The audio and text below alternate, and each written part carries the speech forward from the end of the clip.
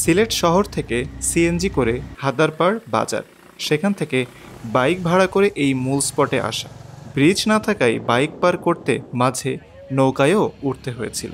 যদি এই কষ্টকর জার্নির কথা আগে জানতাম তবে এখানে আসাটা হয়তো ক্যান্সেল করতাম, বাট চলে যেহেতু এসেছি তাই যতটুকু পারা যায় উপভোগ করাই শ্রেয়। বর্ষা শেষ তো বিছনাকান্দিতে পানিও শেষ, তবে এখান থেকে মেঘালয়ের পাহাড়গুলো বেশি কাছ থেকে দেখা যায়। বারবার আফসোস একটাই যে এই সৌন্দর্যের কিছুই বাংলাদেশের না, ব্যাকগ্রাউন্ডের সবটুকুই মেঘালয়ে। ওকে, তো আমরা আজকে আসছি বিছনাকান্দি। আমি খুবই হতাশ, জার্নিটা খুবই তিক্ত ছিল, খুবই। যেমন রাস্তা ভাঙা তেমনি যাতায়াতের অবস্থা খারাপ। সিএনজি, বাইক, নৌকা সব কিছু পার করে আসছি এইটা দেখতে, যে এখানে কিছুই নাই বলতে গেলে। এখন ডিসঅ্যাপয়েন্টিং লেভেল ইনফিনিটি। সাদা পাথরের পাথর সাদা হলেও এখানের পাথরগুলোর রং হলুদ কালো আর লালচে বাদামি। স্বচ্ছ পানির নিচে রঙগুলো আরও ফুটে উঠেছে।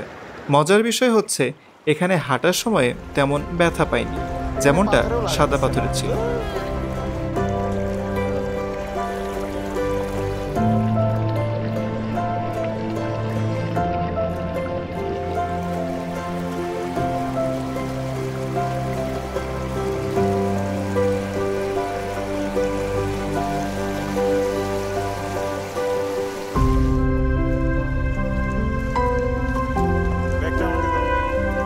একে তো পানি নেই, তার উপর তীব্র রোদে এই পাথরের উপর দিয়ে হাঁটা।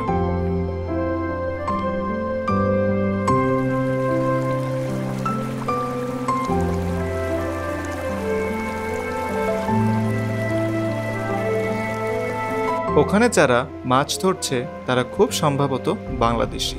আই এম সো সরি যে আমি বলতে পারছি না wow guys it was awesome, you have to visit this blah blah blah, cause এটা অসাম ছিল না।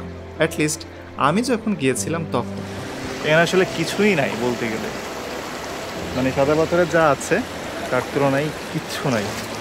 আর এখানের যে মানে জার্নিটা ভিতরে পাথরের মধ্যে দিয়ে হেঁটে হেঁটে, এটা সাদা পাথরের থেকে বেশ টাফ।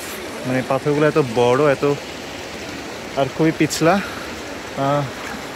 মনে হচ্ছে এখানে না এসে সাদা পাথরে একদিন গেলে ভালো হইতো।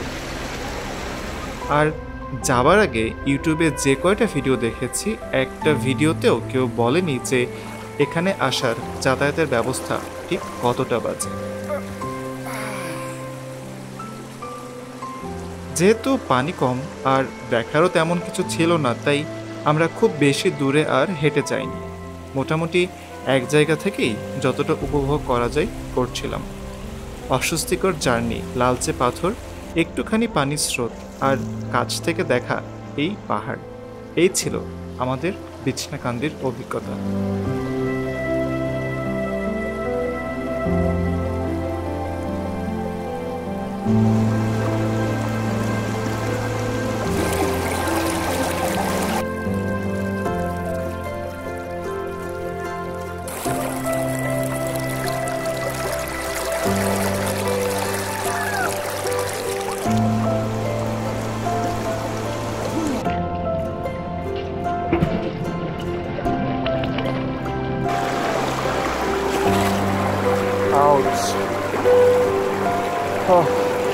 এখানে একটু স্রোত আছে।